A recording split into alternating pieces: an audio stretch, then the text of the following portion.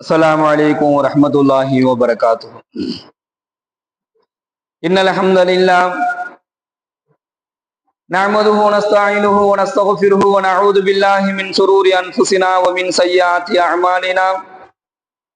من يهده الله فلا مضل له ومن يضلله فلا هادي له. ونشهد أن لا إله إلا الله وحده لا شريك له ونشهد أن محمدا عبده ورسوله. أما بعد أعوذ بالله من الشيطان الرجيم بفضل بسم الله الرحمن الرحيم. يا أيها الذين آمنوا اتقوا الله حق تقاته ولا تموتن إلا وأنتم مسلمون. صدق الله العليم. கண்ணியத்திற்குரிய அல்லாஹ்வின் நல்லடியார்களே, சகோதரர்களே, ஹஸரத்னா அபூ ஹுரைரா ரலியல்லாஹு அவர்கள் இந்த ஹதீஸ் அறிவிக்கிறாங்க. திருமிதியில 933, அபுதாவுதுல 2763வது இலக்கமாக இந்த ஹதீஸ் பதிவாகின்றது. பெருமானார் ஸல்லல்லாஹு அலைஹி வஸல்லம் அவர்கள் அவர்கள் அலா தஸ்தஹியூன அன்னல் மலாயிகத்தல்லாஹி யம்ஷூன அலா அக்தாமிஹிம் வ அன்தும் ருக்குபானூன். அதாவது ஒரு ஜனாசா ஒண்ணு கொண்டு வரப்பட்டது. அப்போ அந்த ஜனாசா கொண்டு வரும் பொழுது அந்த ஜனாசாவை சுமந்து சென்ற மக்கள் எல்லாம் போய் கொண்டிருக்கக்கூடிய நேரத்துல அங்க இருக்கக்கூடிய சில பேர் என்ன செஞ்சாங்க அப்படின்னு சொன்னா, அந்த ஜனாசாவுக்கு முன்னால் வாகனத்துல ஏறி போய்கிட்டு இருந்தாங்க. ஜனாசா தூக்கிட்டு வராங்க, நிறைய மக்கள், சில பேர் சுமந்து வராங்க, சில பேர் ஜனாசாவை பின்தொடர்ந்து வராங்க. அதுல ஒரு சில மக்கள் என்ன செய்யறாங்கன்னா, வாகனத்துல ஏறி அந்த ஜனாசாவை பின்தொடர்ந்து வர்றாங்க. சில பேர் அந்த ஜனாசாவை முந்தி வாகனத்துல போயிட்டு இருக்கிறாங்க. இப்ப பெருமானார் ஸல்லல்லாஹு அலைஹி வஸல்லம் அன்னவர்கள் அலா தஸ்தஹியூன அன்னல் மலாயிகத்தல்லாஹி, அல்லாஹ்வுடைய வானவர்களே ஒரு ஜனாசாவை பின்தொடர்ந்து நடந்து வரும் பொழுது யம்ஷூன அலா அக்தாமிஹிம் வ அன்தும் ருக்குபானூன், நீங்க இப்படி வாகனத்துல போறது உங்களுக்கு வெட்கமா இல்லையா என்பதாக கேட்கிறாங்க.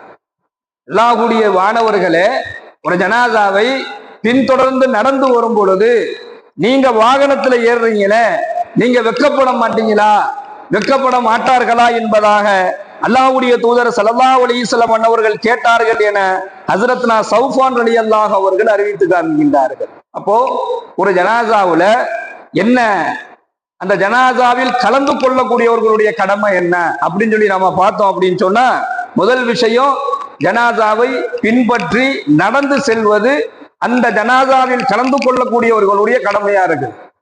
இன்னைக்கு மவுத்து வீட்டுக்கு போயிட்டு மவுத்தை பார்த்துட்டு உடனடியா கிளம்புறது அது வேற.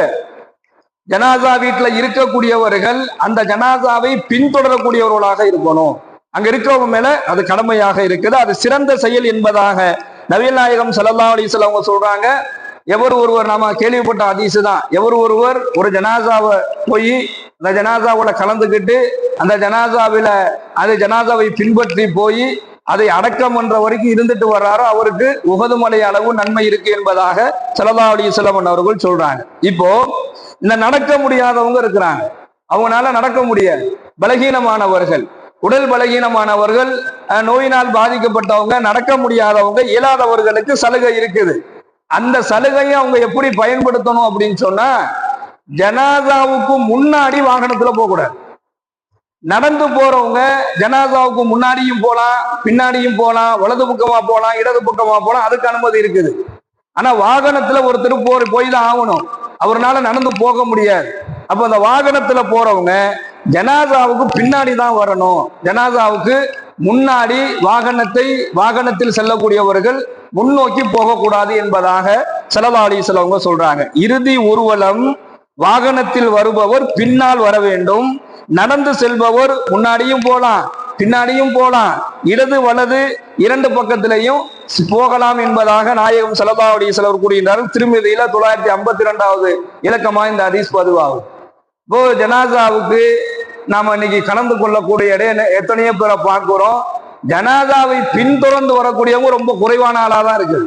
ஜனாசாவை தூக்கிக்கிட்டு நடந்து வரக்கூடியவர்களை ரொம்ப குறைஞ்சு போச்சு, ரொம்ப குறைஞ்சு போச்சு. ஒரு 10 பேர் தான் ஜனாசாவுக்கு பின்னாடி வராங்க.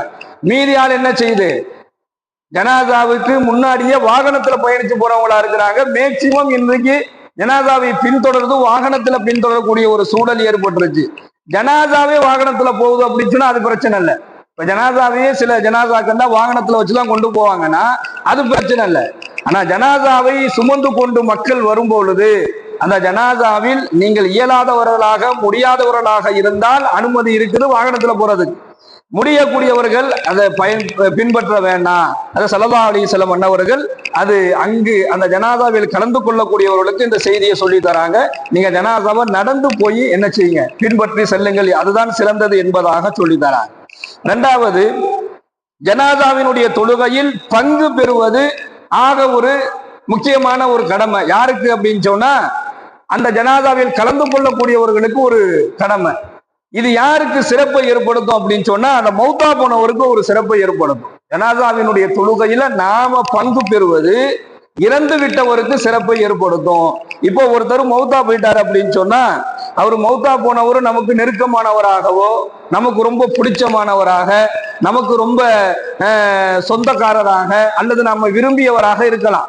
அப்ப நம்ம என்ன செய்வோம்னா அந்த இறந்தவருக்காக வேண்டி அந்த இறந்து விட்டவருக்காக வேண்டி அங்க போய் அழுகிறதை விட, ஐயோ இப்படி போயிட்டீங்களே அப்படின்னு சொல்லி அழுகிறதை விட, அந்த இறந்து விட்டவருக்காக வேண்டி கவலைப்படுவதை விட, அந்த இறந்து போனவருக்காக வேண்டி துக்கம் கொள்வதை விட, இதை விட எல்லா வகையிலையும் எது சிறந்தது அப்படின்னு சொன்னா அவருக்காக வேண்டி ஜனாதாவினுடைய தொழுகை நாம் கலந்து கொள்வதுதான் அவருக்கு சிறப்பு. நாம அழுகிறதுனால அவருக்கு நன்மை கிடைக்க போறதில்ல. இறந்து போனவருக்கு நாம போய் அழுகிறதுனாலயோ நாம போய் கவலைப்படுறதுனாலயோ நாம போய் துக்கம் கொள்றதுனாலயோ இறந்து போனவருக்கு ஒரு பைசா கூட பிரயோஜனம் கிடையாது. ஆனா அவருக்காக வேண்டி நாம ஜனாசா தொழுகையில கலந்துக்கிட்டோம் அப்படின்னு சொன்னா அது அவருக்கு சிறந்தது. முஸ்லீம்ல 1729வது இலக்கமா இந்த ஹதீஸ் இடம்பெறுது. நபிகள் நாயகம் ஸல்லல்லாஹு அலைஹி வஸல்லம் சொல்றாங்க, மன் ஸல்லா அலைஹி மிஅத்து மினல் முஸ்லிமீன குஃபிர லஹு. எவர் ஒருவர் எந்த ஜனாசாவிற்கு மிஅத்து மினல் முஸ்லிமீன 100 பேர் இறுதி தொழுகையில் கலந்து கொள்கின்றாரோ, எந்த ஜனாசாவிற்கு ஒரு 100 பேர் அந்த ஜனாசாவினுடைய தொழுகையில கலந்து கொள்கின்றாரோ அவருடைய பாவங்கள் மன்னிக்கப்படுகிறது. யாருடைய பாவங்கள்ங்க? இறந்து போனவருடைய பாவம் மன்னிக்கப்படுது. இன்னைக்கு ஜனாசா தொழுகைக்கு ஜனாசாவுக்கு வர்றாரு, மௌத்த பார்க்கிறோம். ஜனாசா தொழுகை நடம்பெறும் பொழுது ஒரு பெரும் கொண்ட கூட்டம் வெளியில நிற்குது. ஒரு பெரும் கொண்ட கூட்டம் வெளியில் நிற்கிது. எப்படி அந்த வக்து நேரத்துலதான் எடுப்பாங்க. ஏன்னா அந்த ஜனாசாவில் மக்கள் அதிகமா கலந்து கொள்ளணும். ஜனாசாவிற்கு வராதவர்கள் பள்ளிக்கு தொழ வரக்கூடியவங்களை ஜனாசா தொழில கலந்துக்கிறத பாக்குறோம். நான் ஜனாசா கூட இருக்கக்கூடிய உறவுகள் நெருக்கமானவங்க சொந்தக்காரவங்க என்ன அண்ணன் தம்பி கூட என்ன செய்யறான் ஜனாசாவில் கலந்துக்காம வெளியில நிக்கிறத பாக்குறோம். இப்ப ஜனாசா தொழுகையில் நாம் கலந்து கொள்வதுதான் இறந்து போனவருக்கு ஒரு சிறப்பை ஏற்படுத்தும் என்பதாக இந்த ஹதீஸின் வாயிலாக நம்ம பார்க்கிறோம். அப்ப தொழுகையில் கலந்து கொள்வது அவசியம். ஹஜ்ரத்னா அப்துல்லாஹ் இப்னு அப்பாஸ் ரலியல்லாஹு அவர்கள் இந்த ஹதீஸ் அறிவிக்கிறாங்க. அப்பாஸ் ரலியல்லாஹுடைய மகன் இறந்து போயிட்டாரு. அப்பாஸ் ரலியல்லாஹுடைய மகன் இறந்து போயிட்டாரு. இறந்து போய் ஜனாசா இருக்குது. அப்போ ஜனாசா தொழுகை நடத்தணும். அப்போ பக்கத்துல இருக்கக்கூடிய இன்னொரு சஹாபி அழைத்து மக்கள் வந்துட்டாங்களா அப்படின்னு சொல்லி போய் பார்த்துட்டு வா அப்படின்னு சொல்லி அனுப்பி வைக்கிறாங்க. அவர் வந்து பார்க்கிறாரு. ஒரு குறைவான மக்கள் வந்திருந்தாங்க. அப்ப சொல்றாங்க வந்திருக்கிறாங்க. அப்ப எத்தனை பேர் வந்திருக்காங்கன்னு சொல்லிட்டு இப்ப எண்ணிப்பாரு அப்படின்னு சொல்லி அப்துல்லாஹ் ரலியல்லாஹு அவர்கள் சொல்லும் பொழுது அந்த குபேர் என்று சொல்லக்கூடிய சாபி என்றார். எண்ணி பார்க்கும்போது ஒரு 40 பேர், குறைஞ்சது ஒரு 40 பேர் இருக்கிறாங்க. அந்த ஜனாசாவில கலந்துக்கிறதுக்காண்டி ஒரு 40 பேர் வந்திருக்கிறாங்க. அப்ப உள்ள போய் அப்துல்லாஹ் ரலியல்லாஹு ஒரு 40 பேர் இருக்கிறாங்க என்பதாக சொல்லும் பொழுது ஹஜ்ரத்னா அப்துல்லாஹ் இப்னு அப்பாஸ் ரலியல்லாஹு அவர்கள் சொன்னார்கள், இறை நம்பிக்கையுடைய 40 நபர்கள் ஒரு இறை நம்பிக்கையாளர்களுக்கு அல்லாஹ்விடத்திலே பரிந்துரை செய்தால் அதை அல்லாஹ் ஏற்காமல் இருப்பதில்லை என்பதாக சொல்லி ஜனாசாவினுடைய தொழுகையை நடத்தினார்கள் என்பதாக, அல்லாஹ் ஏற்காமல் இருப்பதில்லை என நபி அவர்கள் கூறியதை நான் கேட்டுள்ளேன் என்கின்ற செய்தியை ஹஜ்ரத்னா அப்துல்லாஹ் இப்னு அப்பாஸ் ரலியல்லாஹு அவர்கள் அறிவிக்கின்றார்கள். முஸ்லிமுல 1730, அபுதாவுதுல 2756வது இலக்கமாக இந்த ஹதீஸ் பதிவாகும். அப்போ ஒரு ஜனாசாவில் 100 நபர்கள் கலந்து கொள்வது அந்த இறந்து விட்டவருடைய பாவங்கள் மன்னிக்கப்படுது. அதே போன்று ஒரு ஜனாசாவுல குறைந்தது ஒரு 40 நபர்கள் ஒரு ஜனாசாவுல பங்கு பெற்றாங்க அப்படின்னு சொன்னா அந்த 40 நபர்கள் பங்கு பெறக்கூடிய அந்த ஜனாசாவும் அவருக்கு அந்த இறை நம்பிக்கையாளர்களுக்கு இந்த இறை நம்பிக்கையாளருடைய துவாவை அல்லாஹ் அங்கீகரிக்கிறான். அது சிறந்தது என்பதாக பெருமானார் ஸல்லல்லாஹு அலைஹி வஸல்லம் அவர்கள் சொல்லக்கூடிய இந்த விஷயத்தை நம்ம பார்க்கிறோம். சுப்ஹானல்லாஹி பிஹம்திஹி சுப்ஹானக அல்லாஹும்ம வ பிஹம்திக வ நஷ்ஹது அல்லா இலாஹா இல்லா அன்த வ நஸ்தக்ஃபிருக வ நத்தூபு இலைக். சுப்ஹான ரப்பிக ரப்பில் இஸ்ஸத்தி அம்மா யசிஃபூன் வ ஸலாமுன் அலல் முர்ஸலீன் வல்ஹம்துலில்லாஹி ரப்பில் ஆலமீன். ஸல்லல்லாஹு அலா முஹம்மது ஸல்லல்லாஹு